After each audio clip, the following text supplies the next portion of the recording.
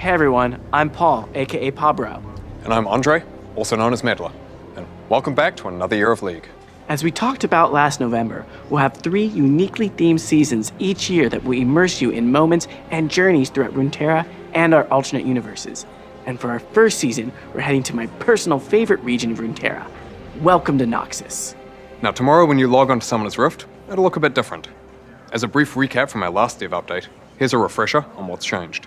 Noxus has invaded the Rift with new art, music, structures, and a new objective, Artican, the Bringer of Ruin. Otacon will spawn on either side of the map at 20 minutes in 2 unique forms with some permanent terrain changes, and he'll give a buff to whichever team kills him.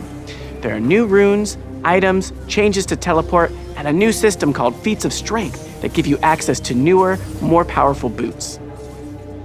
Now, all of these changes go live tomorrow, and so they'll be there for your ranked climb. Speaking of which, as a reminder this year, we're only going to have 1 ranked reset, which also happens tomorrow. Now, there are also some other changes you'll notice when you launch the game.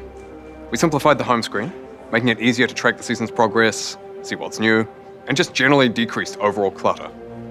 This season will last 8 patches, split into 2 acts that will have their own battle pass with various act-themed rewards like skins, borders, and more. We want to immerse you in Noxus by connecting your League experience both in and out of game. For example, that means things you saw in yesterday's cinematic will be coming to League. If you haven't watched the cinematic, we recommend doing so before watching the rest of this video. Spoilers ahead. Okay, without further ado, let's get into the first thing you saw yesterday that'll be coming to League this season. Mal Madada. Yesterday we saw Mal continue her journey after Arcane and arrive on the shores of Noxus, where her ambition will be tested among the Great Houses. Mal will be arriving in-game next patch with a new Noxian appearance. We wanted to reflect her embracing her Noxian roots and heritage at this phase in her life. And along with the new look, she'll also be bringing a new type of gameplay that we haven't had in League before, projectile reflection. The game team and the arcane teams work together to figure out how Mel's power should be shown in both game and show, with game inspiring show and vice versa. You'll see her full kit tomorrow, but we want to dive into one of her abilities, Rebuttal. Now, this spell reflects projectiles back against their source. So if Yasuo, Braum, or Samira could block it, Mal can reflect it. Targeted spells like Veigar's ultimate will target their original caster. Non-targeted abilities like Lux Binding or Nami Bubble are also shot back in their direction. Now, reflected spells will keep the behavior you'd expect when they were initially cast. If Annie has her passive up, a reflected Disintegrate will stun. Or Nidalee's javelins will deal more damage the further they go, etc. We can't wait for you to see her in game. Additionally, if you want to learn more about her family backstory in depth, make sure you check out the novel Mbessa, Chosen of the Wolf, when it releases in February. To celebrate the launch of the season of Noxus, Mel will be unlockable for free as one of the seasonal missions. For now though, we're going to hand things over to some other folks from the League team. We'll share more about what you can expect as we journey through Noxus.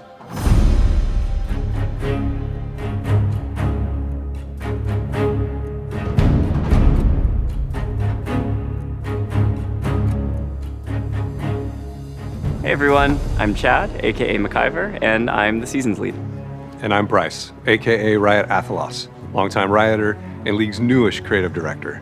I started on this role about a year ago, but I've been at Riot and working with League for over 9. Over the years, one of the things that we've loved most about working on League is how much you love it. The world, the champions, the lore. And so do we. League has such a rich and vast world, but sometimes that richness lacks the depth you and we think it deserves.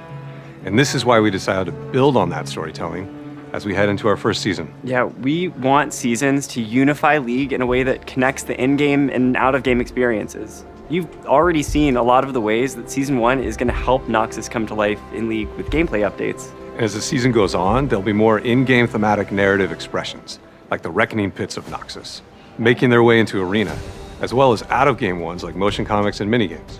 We were really excited by the reception to Spirit of Hearthhome last year. We loved giving you a unique introduction to Aurora, and we're going to continue experimenting with ways that bring our worlds to life and connect those in-game and out-of-game experiences. In Season 1, one of the ways that we'll do that is with a new genre of minigame that will debut in Act 2. We also want to confirm something that you probably saw in yesterday's cinematic, specifically around LeBlanc. She's a beloved, iconic champion in League, but she's in need of some modernization. One of our goals is to tie champions and champion updates to seasons, so we felt that a season focused on Noxus would be the perfect time to give LeBlanc a visual update. You'll see more of LeBlanc in her new look later this season. Lastly, we also want to talk about where seasons can take us. This year is primarily focused on Runeterra, but we're really excited about the possibilities that alternate universes bring to seasons. Yeah, just imagine a world of bees. Just literally bees everywhere. You're a bee. I'm a bee. We're all bees working for Queen Bee Syndra. You had me, you lost me, you brought it back. We'll think about that, but I think we should consider some other choices too. Okay. But anyway, our goal really is to deepen the connections to our champions, and because of that, we won't always be able to include every champion in every season. With the release of Mel, we'll have 170 champions. We'd rather have a stronger narrative for the season and do the champions justice, rather than be shallow across every single one that could fit. We are really excited for you to experience what the team has built, and we can't wait to see what you think as we start on this journey. With that said, we'll hand things over to Cosmetics, who will share more about what you can expect.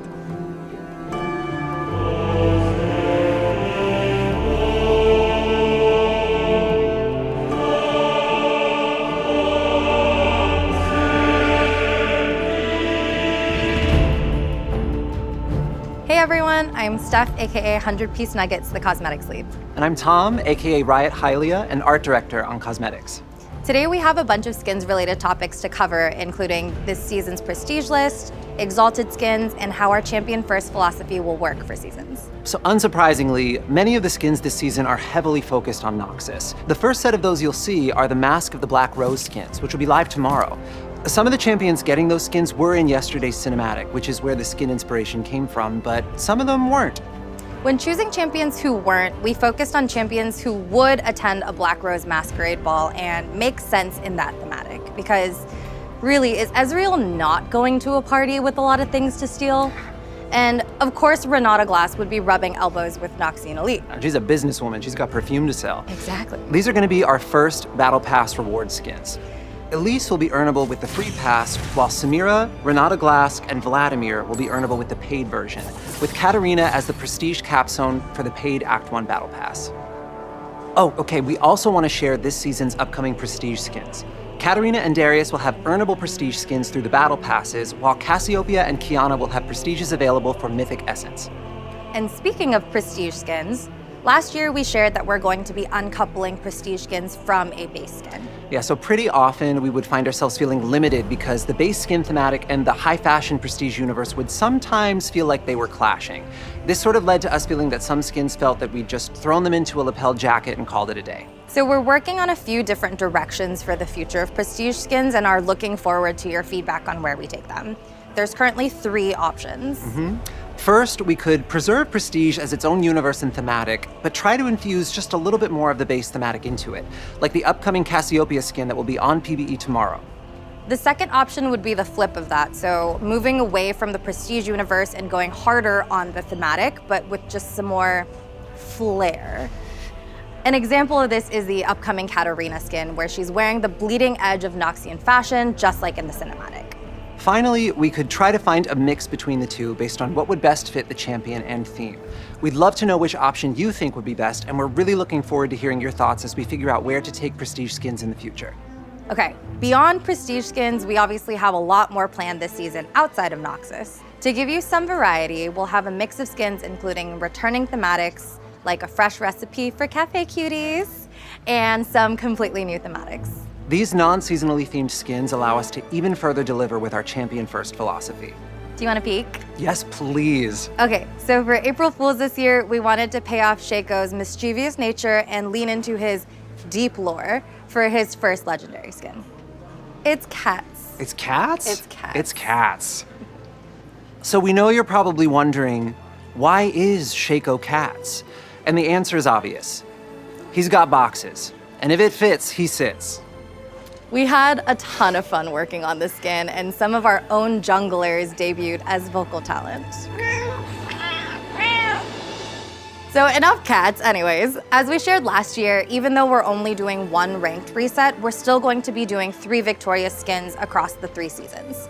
The victorious skins will remain their own thematic, regardless of the season they're tied to. Since they have their own thematic design, it's already really clear what a victorious skin is when you hear about it.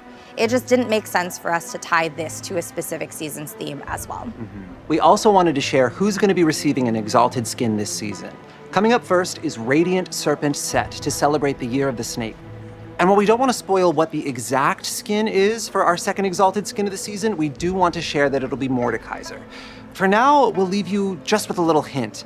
He's going to be coming to the Rift in a way that Runeterra hasn't seen in like a bajillion years. That's it for us today, so we'll hand things off to Esports to talk a bit about their plans for the year. Thanks so much for watching, and welcome to Noxus.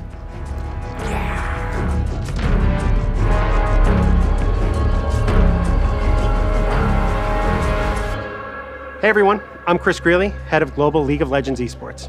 And I'm Waylon Roselle, Chief Operating Officer of Esports. And welcome to the start of an incredible season for LoL Esports. This year we've got plans to bring you even more unforgettable moments, from major updates in Split 1 to an expanded global event roadmap. We have a lot to cover, so let's dive into what's in store for LoL Esports this year and beyond. One of the biggest changes we have coming this season is the full Fearless draft in Split 1. We want Fearless to bump up the competition to a new level by banning champions picked in previous games within a best-of series. This change will force teams to adapt and bring out their full champion pools. That means if you see like a Renekton and a Cassante matchup in Game 1, you won't see it for the rest of the series. This will test teams' creativity, their adaptability, and shake up the meta across the board. Not only will we see Fearless draft in every region in Split 1, but it will also be utilized at our new international event. The First Stand tournament will take place from March 10th to March 16th at Lal Park in Seoul, Korea. Our goal is for First Stand to be an unforgettable moment this year, with guaranteed best of matches between the top teams from Split 1, competing in matchups that will showcase the very best of early season League of Legends esports. And beyond just exciting games, the stakes are higher than ever. The winning team will also secure a second bye for their region at MSI 2025, letting them advance directly to the bracket stage. We can't wait to see which team will rise to the challenge and make their mark as the inaugural champion of First Stand. We have an explainer video out now that dives deeper into Fearless Draft and the First Stand tournament, so be sure to check it out if you want more details. First up, MSI 2025 is heading to Vancouver, Canada from June 27th to July 12th. This will be our first return to Canada for a live LoL Esports event since 2017, and we can't wait to experience the Vancouver crowd's excitement in person. And of course, it wouldn't be a LoL Esports update without Worlds. This year, we're heading to some of China's most iconic cities. Play-ins and the Swiss stage will kick off in Beijing, followed by the quarterfinals and semifinals in Shanghai. Finally, the journey will culminate with the finals in Chengdu. We'll share more details on specific venues soon, but we're excited to see the energy and passion from fans as we take LoL Esports to these incredible cities. And on the topic of bringing LoL Esports to amazing places, we're excited to give you an early look at our 2026 and 2027 global event destinations. In 2026, we'll be taking our events to some of my favorite places, starting with First Stand in Brazil. Brazilian fans bring amazing energy to live events, and we're excited to kick off the season in such a vibrant esports community once again. It's gonna be awesome. Next, we'll head to Korea for MSI 2026. I think I speak for all of us when I say that we can't wait to go back to Korea for another esports tournament. And finally, Worlds 2026 will return to North America. This is always a huge moment for us, and we're looking forward to bringing the thrill of Worlds back to our North American fans.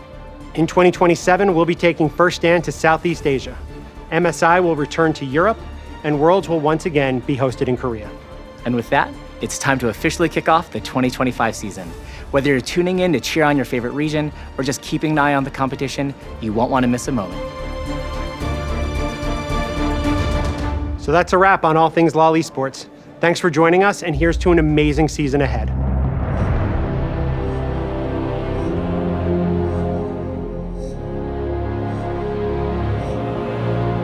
Okay, what else have we got?